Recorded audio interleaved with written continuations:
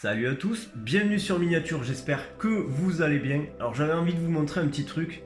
Vous dites peut-être que l'eau est quand même sacrément trouble derrière moi et vous avez totalement raison. Alors effectivement quand on y regarde de plus près, l'eau est quand même très trouble. Vous voyez même la racine derrière, on n'arrive pas trop à la distinguer. Même la nubia qui est en milieu de champ, on la voit pas très bien. Donc on pourrait se dire c'est le fait que l'eau est pas bien filtrée, qu'il n'y a pas de brassage ou autre. C'est à moitié vrai, mais je vais vous expliquer qu'est-ce qui se passe exactement. Alors effectivement l'eau est très trouble, mais on va aller quand même regarder de plus près. Et pour ça je vais utiliser une lentille macro qui s'adapte sur téléphone. Alors cette lentille c'est Arca qui me l'a fournie, d'ailleurs je tiens à les remercier pour ça. Donc vous pouvez adapter ça sur n'importe quel smartphone. Alors forcément ce n'est pas aussi qualitatif que si vous preniez un appareil photo réflexe avec un objectif macro, mais ce n'est pas non plus le même prix. Donc voilà les fameux responsables de l'eau trouble.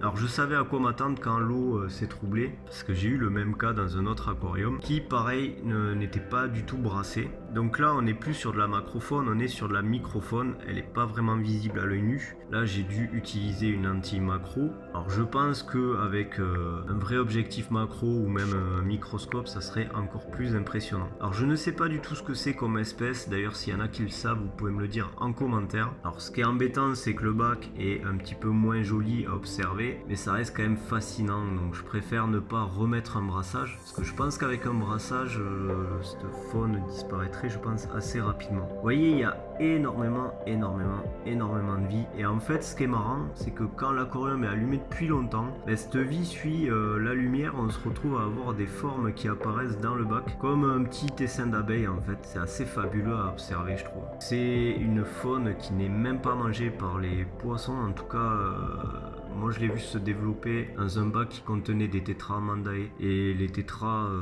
n'y touchaient pas du tout, je pense que c'est trop petit pour eux. Donc voilà, c'était juste pour vous montrer ça, une vidéo finalement très courte, mais j'avais envie en fait de vous montrer un petit peu ce côté là fascinant d'un aquarium naturel, d'un aquarium qui n'est pas du tout filtré, qui est complètement en eau stagnante. Vous allez avoir des choses qui vont apparaître, vous allez avoir de la vie qui va se développer beaucoup plus que dans un aquarium qui est filtré ou même brassé. Dans un aquarium brassé vous n'aurez pas la chance de voir ce type d'espèce se développer. Donc j'espère que cette petite vidéo vous aura plu. N'oubliez pas que vous pouvez vous abonner gratuitement à ma chaîne. Je reste également très disponible si vous avez besoin d'aide pour créer votre projet. Vous pouvez me contacter par mail, vous pouvez même m'envoyer un commentaire sur cette vidéo. Sur ce, moi je vous dis à bientôt pour une prochaine vidéo. C'était Miniature.